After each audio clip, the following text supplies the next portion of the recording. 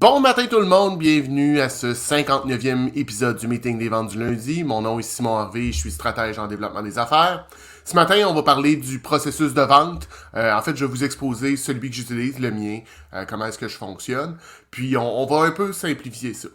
Mais tout d'abord, je vais souhaiter la bienvenue à ceux qui joindraient à nous pour la première fois. Merci de prendre un moment pour être avec nous en ce beau lundi matin. Le meeting des ventes du lundi, ça le dit, c'est le lundi matin, c'est live sur LinkedIn, YouTube, Facebook à 8h, de 8h à 8h20, 8h25, selon les semaines, selon les sujets, selon vos questions. On parle de vente, de développement des affaires dans une ambiance relax, mais le but, ultimement, c'est de se créer, de se motiver pour avoir des bonnes ventes puis connaître une bonne semaine en vente et en développement des affaires. Si jamais vous ne pouvez pas l'écouter en direct, le show est disponible aussi sur les différentes plateformes de podcast, que ce soit Apple Podcasts, Google Podcasts, Spotify et un paquet d'autres.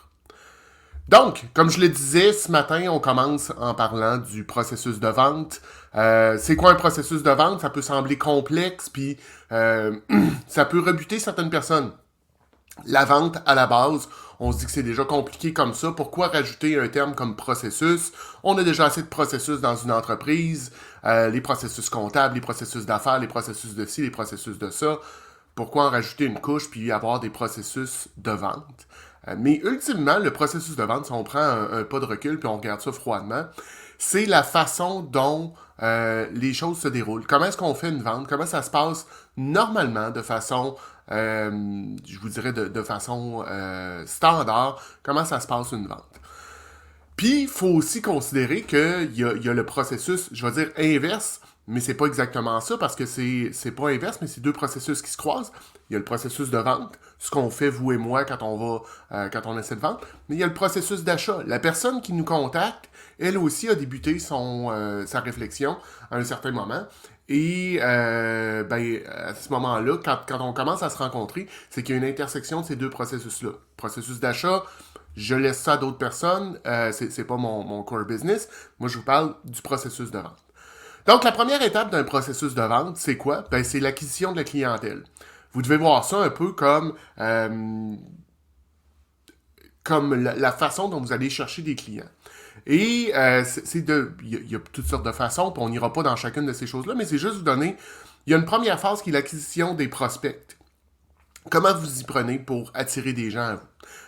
Sur le web, sur les réseaux sociaux, campagne de publicité, réseautage, tout ce qui est approche à froid. Dans ça, j'inclus bien évidemment le fameux cold call, mais les courriels, les approches via LinkedIn, les approches vidéo, toute la dynamique s'inclut dans ce côté-là. Donc, comment est-ce que vous prenez pour aller chercher vos prospects? Comment est-ce que ces gens-là viennent à connaître votre existence, viennent qu'à vouloir travailler avec vous? Fait que ça, c'est la première phase qu'on doit mettre en place puis qu'on doit déterminer. Ça n'a pas besoin d'être complexe. En fait, tout le processus de vente n'a pas nécessairement besoin d'être complexe, mais il faut quand même y réfléchir un petit peu, avoir une idée, c'est quoi notre stratégie, comment est-ce qu'on va s'y prendre. Donc, si on prend le mien, une partie, je fais bien sûr du réseautage. Dans des groupes organisés, des choses un peu moins organisées, j'essaie, comme je l'ai déjà dit, d'en faire 2 à 3, même 3 minimum par mois. Je vous dirais qu'il y a des semaines, c'est 3 par semaine, mais j'essaie d'en faire un maximum pour me faire me faire voir, me faire connaître. J'ai publié énormément dans le passé sur LinkedIn. Je publie un petit peu moins maintenant, mais ça demeure quand même une plateforme que j'apprécie. J'ai le podcast, le show que vous écoutez présentement, qui est une façon pour moi d'attirer des gens, de me faire connaître de la notoriété. J'ai des approches à froid aussi qui se font. Et j'ai différents autres canaux que je peux utiliser, puis les références et ces choses-là. Donc, ça, c'est comment est-ce que la clientèle vient à moi. Ensuite de ça, il y a comme une sous-phase, mais je vais la rentrer en fait dans la deuxième phase, qui est la phase de qualification. Donc, vous avez attiré un client à vous. Première chose qu'on fait, on s'assoit, puis on le rencontre, le client, ou le prospect, je devrais dire. Mais on doit le qualifier. On doit s'assurer que ce client-là rencontre les barèmes standards de qu'est-ce qu'un client, qu'est-ce qu'un bon prospect pour nous, pour notre organisation. Donc, qu'est-ce qui sont les différents critères? Souvent, c'est bon, le type d'organisation, les valeurs de cette personne-là, la capacité de payer, C'est bien beau, le client peut être parfait, mais s'il n'y a pas l'argent, s'il n'y a pas le budget pour travailler avec vous, ben c'est pas un client, c'est du pro bono à ce moment-là. Vous avez le droit de le faire, mais on ne le considère pas comme client. Donc, il y a toute une phase de qualification dans laquelle on se pose des questions, on essaie de voir est-ce que c'est vraiment quelqu'un avec qui je peux aller. On peut avoir fait au préalable une phase de pré-qualification. Donc, être déjà allé voir un peu sur le site web, s'assurer qu'on a dans notre acquisition, on a bien cerné à qui on voulait parler, qui étaient ces personnes-là. Mais si on revient dans la phase de qualification, c'est une phase qui est très importante à mettre en place puis à bien comprendre parce que c'est souvent là qu'on accroche. On a attiré des gens, on commence à travailler avec eux, puis on va vite dans la qualification et on veut descendre rapidement dans l'entonnoir pour se ramasser au moment de la prise de décision.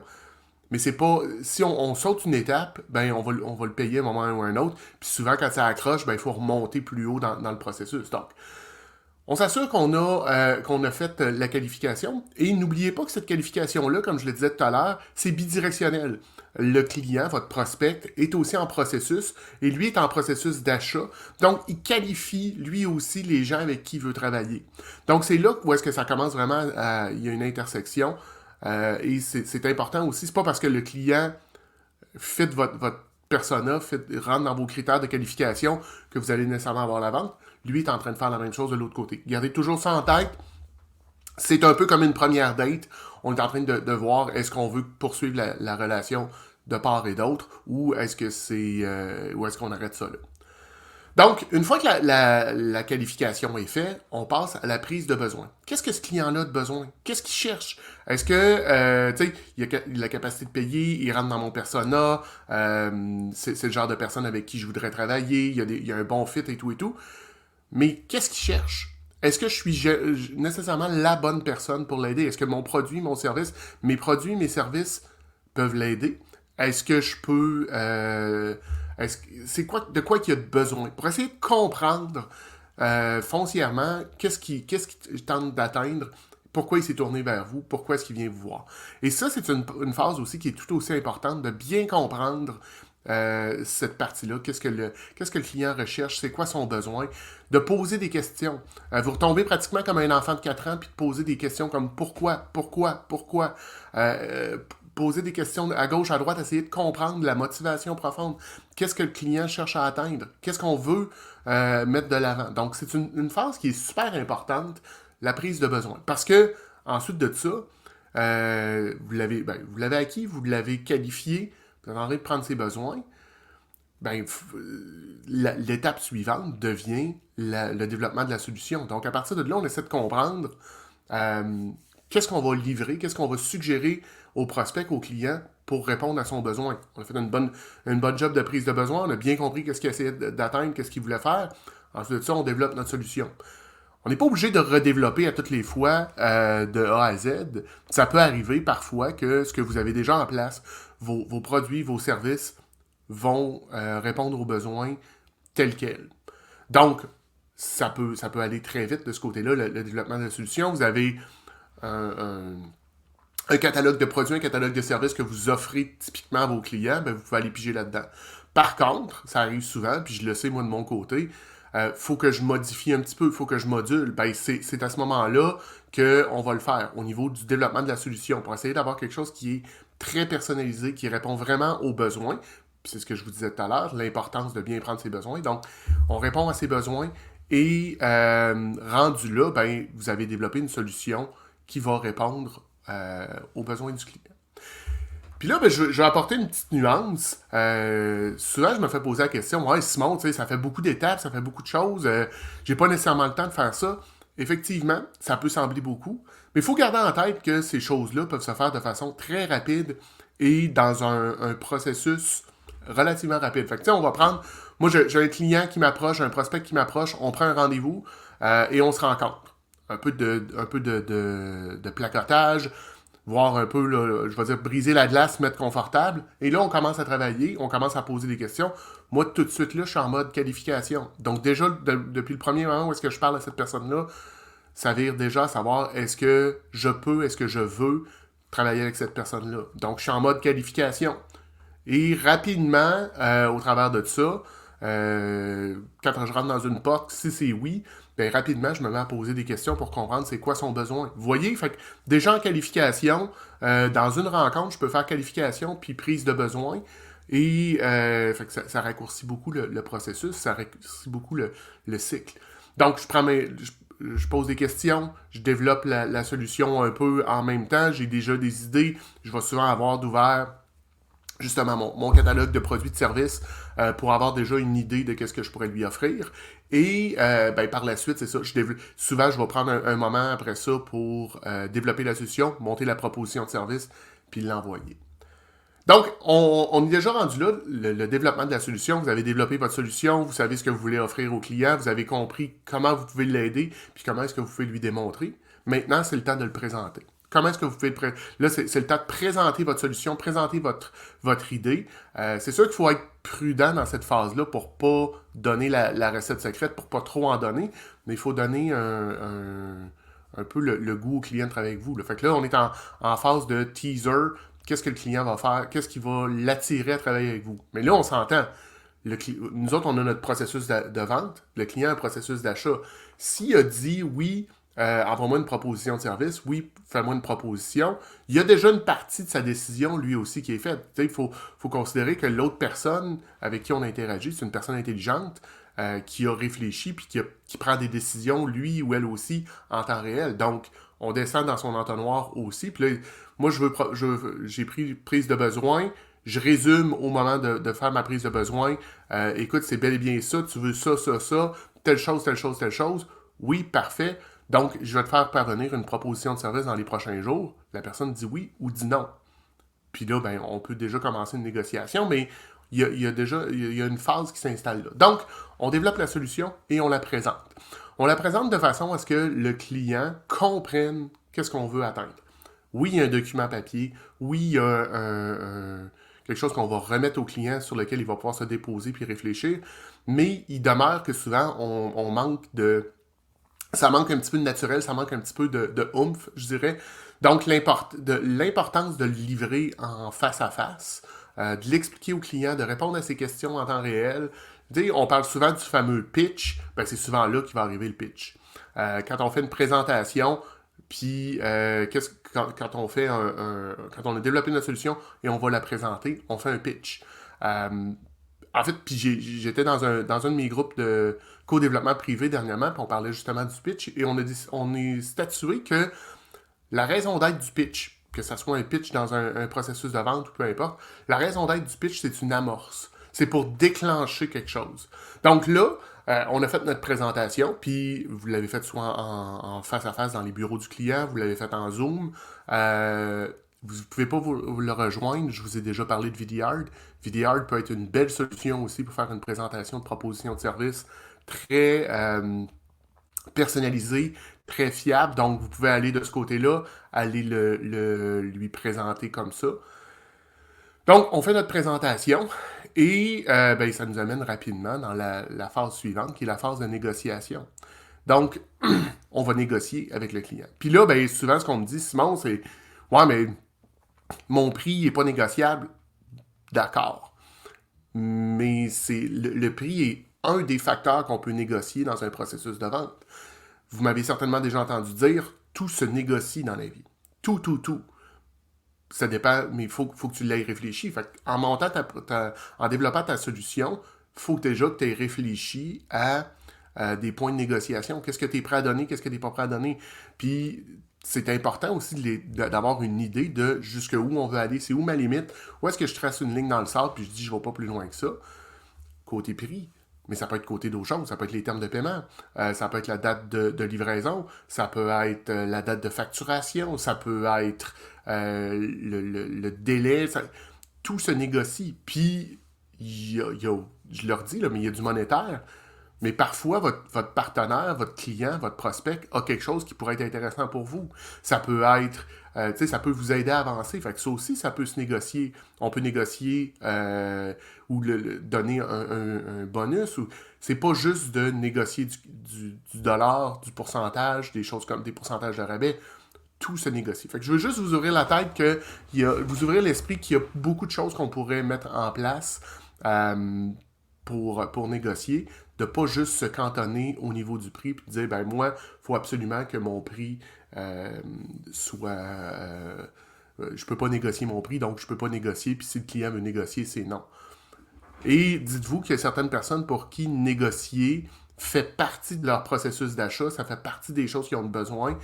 Et si vous ne laissez pas de place à la négociation, vous venez de les perdre. Donc, c'est important de se garder toujours un certain un buffer, une zone tampon que vous allez pouvoir utiliser pour ça. Moi, j'avais un client dans le passé, je savais très très bien que quand j'allais le voir pour faire son booking d'automne, donc sa grosse commande à l'automne pour ses batteries, il y avait une offre globale qui était valide pour tout le monde, puis c'était pas bon pour lui, ça prenait tout le temps un petit quelque chose par-dessus. Ben, sachant, j'avais déjà préparé, fait que j'embarquais dans la danse, puis je faisais comme si c'était compliqué et tout, mais on va se le dire, moi c'était déjà canné avant d'aller m'asseoir dans son bureau, je savais jusqu'où je pouvais aller, j'avais déjà négocié ça avec mon boss, tout était clair, mais je savais que pour ce client-là, c'était particulièrement important qu'il se sente en contrôle puis qu'il veuille négocier. Ben, je l'avais bâti, puis j'arrivais déjà avec une solution. Donc, on négocie. Comme je l'ai dit, on peut négocier un paquet de choses, mais on rentre dans cette phase-là. Puis, encore là, ça peut être très rapide. La présentation et la négociation peuvent se faire dans un seul et même moment. Je vous le redis, par contre, c'est super important, puis je veux que ça soit que ça soit bien clair. C'est important de savoir jusqu'où on veut négocier, puis qu'est-ce qu'on peut négocier, puis qu'est-ce qu'on peut donner, puis qu'est-ce qui a de la valeur pour un client et qui en a moins pour nous. Quel genre de goodies on peut rajouter pour le deal. Un peu comme quand vous allez magasiner une auto, il y a des choses qui sont prêts à vous donner parce que ça a de la valeur pour vous, puis ça a moins de valeur pour eux, puis il y a des choses qu'ils ne pourront pas vous donner. Puis ils vont vous donner, par exemple, les changements d'huile, mais ils savent très très bien qu'en donnant les changements d'huile, c'est qu'ils vous attachent à leur atelier de mécanique, puis ils vont faire de l'argent sur d'autres choses. Fait que, il y a ça aussi que vous pouvez regarder. Donc, on est en phase de négociation. On termine notre phase de négociation. Puis là, ben, le client, le prospect, doit prendre une décision. La décision peut être positive.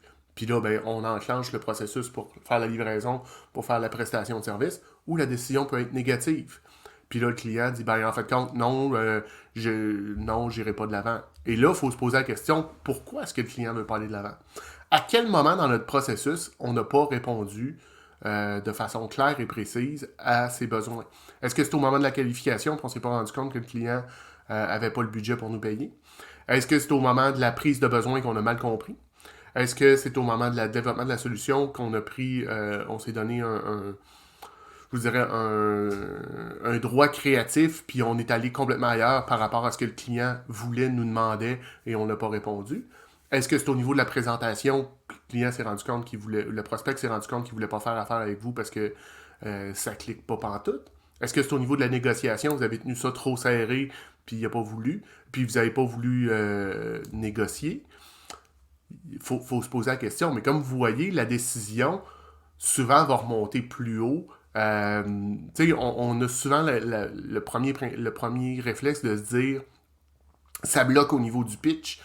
Je vous dirais que c'est pas nécessairement au niveau du pitch que ça a bloqué, c'est souvent plus haut même dans le processus où est-ce que ça n'a pas fonctionné. Donc, de prendre le moment de réfléchir à ça. Donc, le client dit oui, le client dit non. Le client dit oui, on livre. Le client dit non, on se pose des questions, on remonte dans notre processus, on fait une révision. Mais une fois que tout ça est terminé, qu'est-ce qu'on fait? Ben, on met en place une phase de suivi. Donc, on s'assure que le client dit oui ou dit non. On revient vers lui plus tard dans le temps. On se met dans le CRM, dans notre outil de suivi, un moment où est-ce qu'on peut retourner le voir, où est-ce qu'on va le relancer. Parce que le non, c'est pas nécessairement un non à tout jamais. Ça peut être un non pas maintenant. C'est pas le bon moment. C'est pas j'ai pas le budget.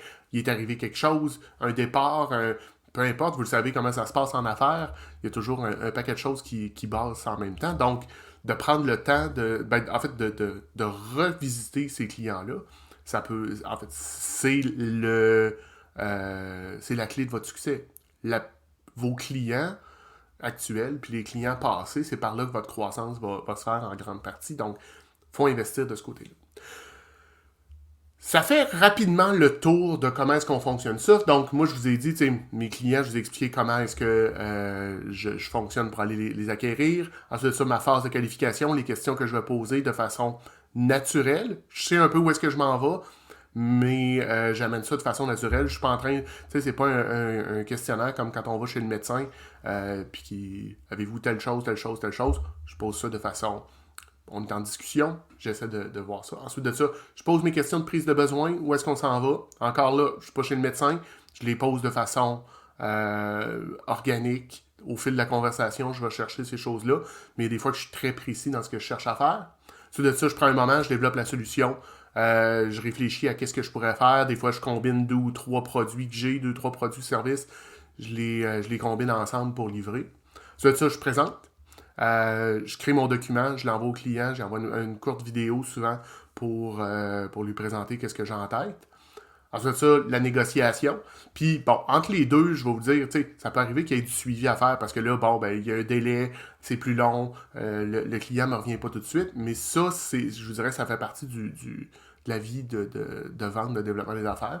Mais si on regarde vraiment au niveau du processus, puis c'est là qu'un outil de gestion est important parce que je peux suivre où il se trouve, est-ce qu'il est assez, ça fait trop longtemps qu'il est dans la même phase, puis là, je suis en train de perdre un deal, mais ça, on pourra en reparler. On est plus à ce moment-là au niveau du cycle de vente. Fait que je fais ma présentation, on rentre en phase de négociation. Comme je l'ai dit, moi souvent, ça va être au niveau des termes de paiement, date de départ, combien de temps on va prendre, ainsi de suite. La fréquence des rencontres, par exemple. Ensuite de ça, le client va prendre sa décision. Le plus souvent possible, on veut que ça soit positif. Et ensuite de ça, je fais un oui. Donc, ça vous résume quand même assez rapidement comment est-ce que ça fonctionne, un processus de vente. Puis, je voulais amener un peu la vision que ça n'a pas besoin d'être compliqué.